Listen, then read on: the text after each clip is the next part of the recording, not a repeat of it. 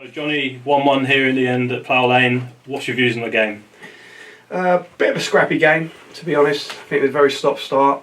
A lot of needless sort of interruptions in play from the referee from the very off. Didn't really allow the game to flow, and consequently, it was very stop-start.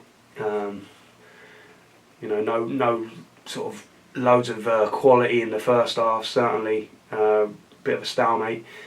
And then with a bit of magic in the second half from us with Chiz, and I thought we was in the ascendancy at that period of the game, and he's produced a wonderful moment of quality to get us in the lead, and obviously frustrated that didn't turn out to be a winner.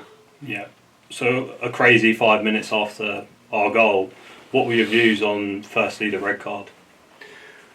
Well, I mean, I was right there, and I heard the linesman say that Carl had headbutted the guy, and certainly for my mind I didn't see that. I know there was a coming together, they was both sort of in each other's faces. I'll have to watch it back and give you a more sort of detailed opinion really before we decide where to go with it, but it looked a little harsh, but again, that's just me talking on memory and emotion.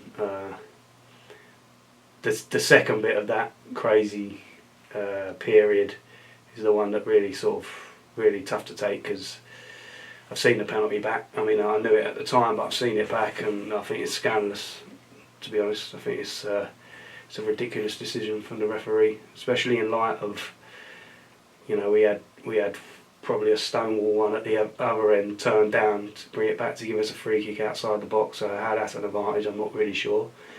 So to give one without the other is tough to take. If you don't give either, or you give both, you can almost live with that, but for one team to get one and the other team not to get one, that's tough to take. When a penalty incident like that happens, do you sort of say to the referee, what was your view of it, and why did you give that decision?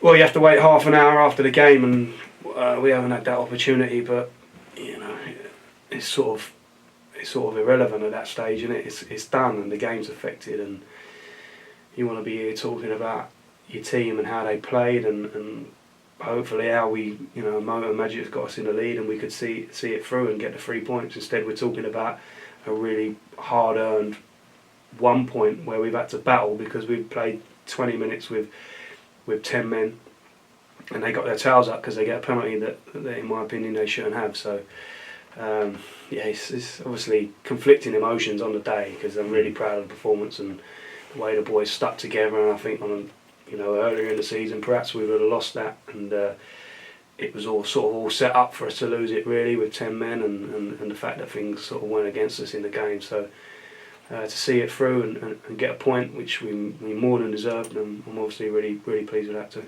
Yeah, you spoke about the energy levels in the second half against Plymouth. Do you feel like they were back to where we usually expect them today? I did, yeah. I mean, a lot of the lads that were suffering, obviously Harry Pell got sent back to London. He come down to Plymouth with us, and he was just too ill to be involved at all. So he recovered really well in the meantime, and was fit and well enough to play. And I think he showed really good energy levels. And Cheers, who was a bit under the weather, real energy about him today. And there was a few that even played at Plymouth that were struggling. So obviously we had some honest conversations, and everyone looked me in the eye and said that they was ready to play. So we was able to put the team out that we wanted to, and no complaints on that front today. I think everyone had their legs back, their energy back, and you could see that on the pitch, and obviously we're going to need that in this coming up period.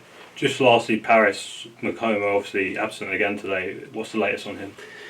Yeah, Paris got injured in training in the build up to the game that got postponed against Stevenage, so he's going to miss a little period out. He's got an ankle injury that's going to miss an extended period on the sidelines. Not like a season end or anything like that, but one that's going to keep him out a while. So obviously we're disappointed. We obviously tried to keep it under wraps up until now, but he's not been involved in the last 2 games, and then it becomes apparent. So he'll miss a little while, and obviously a big blow for us being part of the success that we've had recently. But obviously opportunity for someone else, and if Hudlin suspended now as well, then there'll be more opportunities elsewhere for other people, and that's when you need your squad.